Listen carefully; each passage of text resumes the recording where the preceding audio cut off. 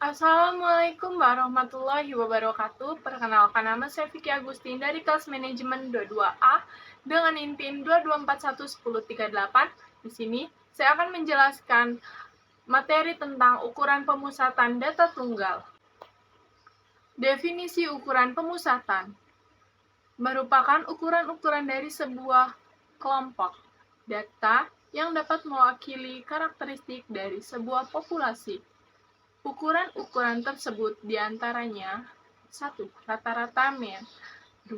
Modus, 3. Nilai tengah median, 4. Kuartil, desil, dan persentil. Data ukuran pemusatan. Nilai ukuran pemusatan terbagi menjadi dua kelompok data, yaitu 1. Data tunggal, data yang tidak berkelompok, 2. Data yang berkelompok. Ukuran pemusatan data tunggal. Rumusnya ada di gambar ini.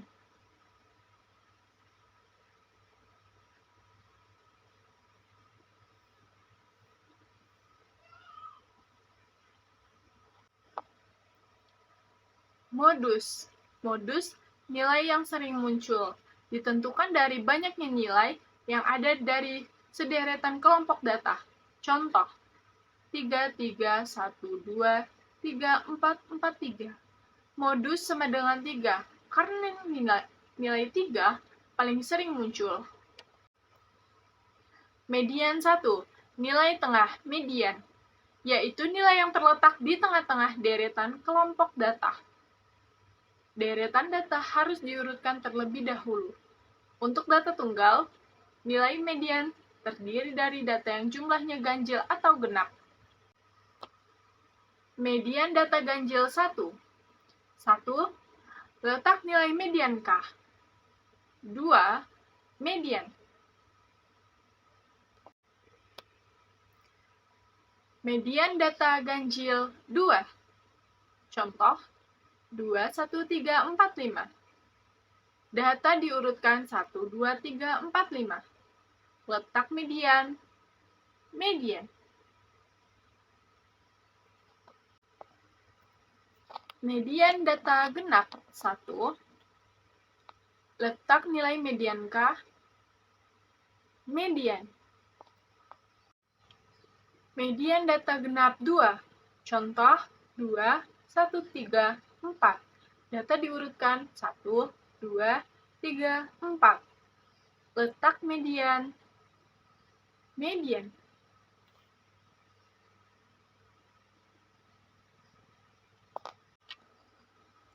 Kuantil 1, kuantil Q, merupakan nilai yang didapat jika sederetan bilangan dibagi menjadi 4 bagian yang sama, sehingga nilai kuantil ada 3, Q1, Q2, dan Q3. Kuantil 2, data diurutkan terlebih dahulu, kemudian tentukan letak kuantil. Letak kuantil sama dengan nilai yang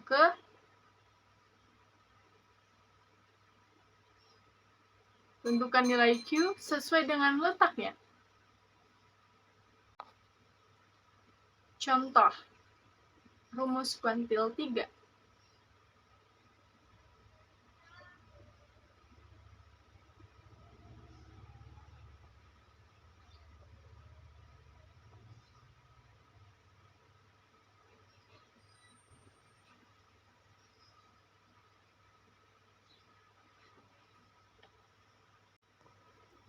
Desil 1, desil D, merupakan nilai yang didapat jika sederetan bilangan dibagi menjadi 10 bagian yang sama, sehingga nilai desil D ada 9, D1, D2,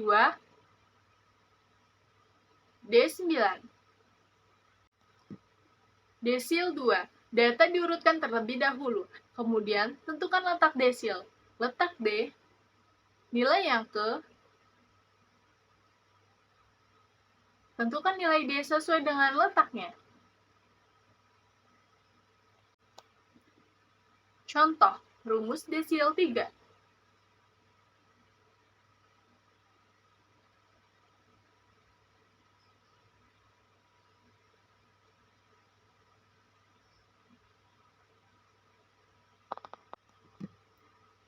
Persentil 1.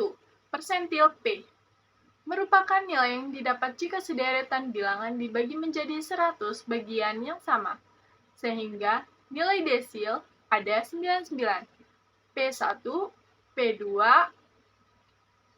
P99. Persentil 2. Data diurutkan terlebih dahulu, kemudian tentukan letak persentil. Tentukan nilai P sesuai dengan letaknya. Statistika. Apa sih materi statistika itu? Dan apa aja sih yang kita akan bahas di video kali ini? Yuk bersama-sama kita perhatikan agar wawasan kita semakin luas dan semakin banyak ilmu. Disimak baik-baik ya. Untuk pertemuan kali ini, saya akan menjelaskan tentang penyajian data.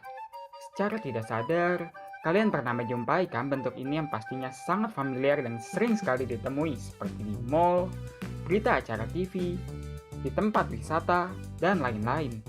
Ia adalah tabel frekuensi, diagram garis, diagram batang, dan diagram lingkaran. Bagaimanakah contohnya? Kita perhatikan soal cerita berikut ini. Negara kita yaitu Indonesia merupakan negara kepulauan. Terdapat 5 pulau besar yaitu Pulau Sumatera, Pulau Jawa, Pulau Kalimantan, Pulau Sulawesi, dan juga Pulau Papua. Di semua pulau tersebut terdapat tarian khas di setiap daerahnya. Kita akan lihat nih beberapa tarian yang ada di Indonesia.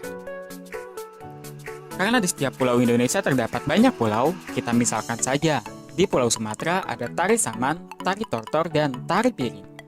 Untuk di Pulau Jawa ada tari topeng, tari ebek, tari jaipong, tari serimpi, tari merak, dan tari wayang. Untuk di Pulau Kalimantan ada tari kajat papatai, tari serumpai, tari datun, dan tari hudok. Di Pulau Sulawesi ada tari makgelu, tari pampangan, dan tari bosak. Dan untuk di Pulau Papua ada tari sajojo, tari giospan, tari suwangi, tari mujo, dan tari perang. Bagaimana cara menyusun menjadi tabel frekuensi? Caranya mudah, cukup buat tabel terlebih dahulu dan namakan judul setiap kolom dan masukkan datanya. Untuk menghitung tabel frekuensi, cukup hitung tarian yang ada di pulau tersebut. Misalkan saja, Pulau Sumatera terdapat 3 tarian, kita tulis 3. Di Pulau Jawa ada 6 tarian, kita tulis 6. Di Pulau Kalimantan ada 4 tarian, kita tulis 4.